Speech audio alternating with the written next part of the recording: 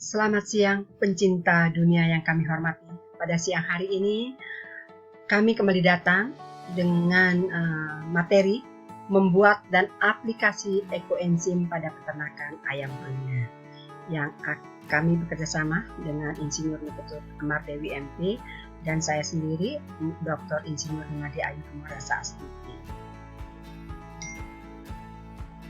Adapun brosur yang dapat kami sampaikan di sini, apa itu ekoenzim, apa keistimewaannya, bahan yang dibutuhkan, berbagai manfaat ekoenzim.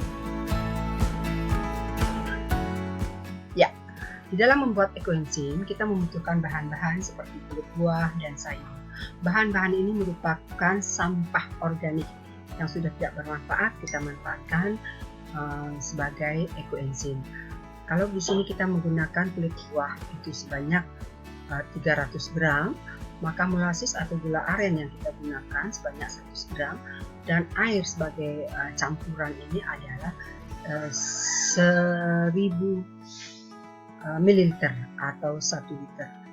Nah, bahan-bahan ini di samping bahan ini kita juga menggunakan alat. Alat yang kita gunakan di sini adalah timbangan untuk menimbang dari kulit buah dan molasis.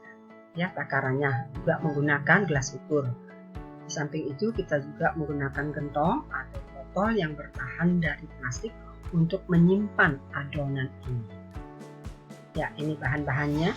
Jadi semakin banyak macam jenis dari buah atau sayur yang kita gunakan, hasil dari fermentasi ekoenzimnya akan bagus.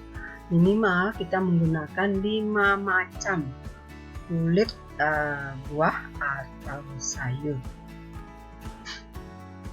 Ya, cara membuat kulit buah dan kulit sayur yang sudah tidak bermanfaat ini kita potong-potong kecil-kecil untuk memperluas permukaannya.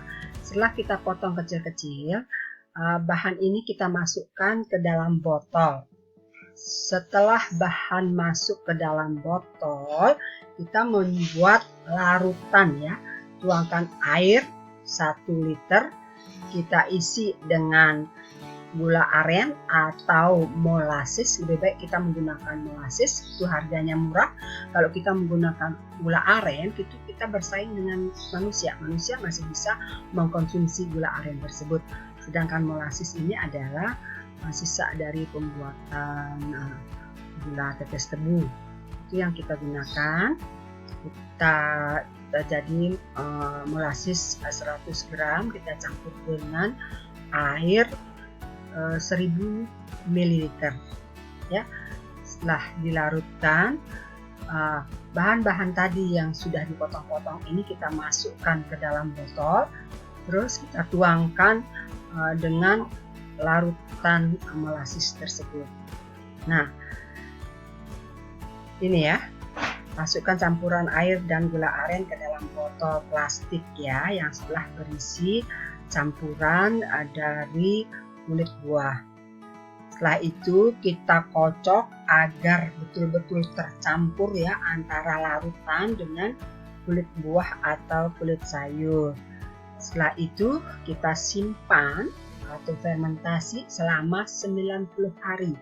Nah, di dalam proses fermentasi ini akan menimbulkan gas.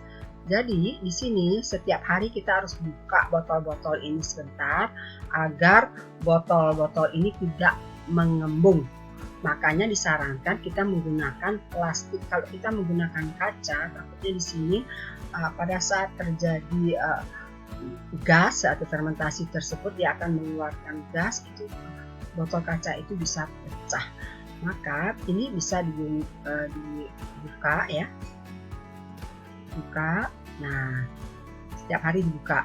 Kalau kita tidak ingin repot setiap hari membuka, ini kita buatkan lubang ya, kita masukkan pipa atau pipet, kita celupkan ke air sehingga hasil dari gas fermentasi tersebut bisa keluar melalui pipa tersebut dan diserap oleh air yang berada di luar.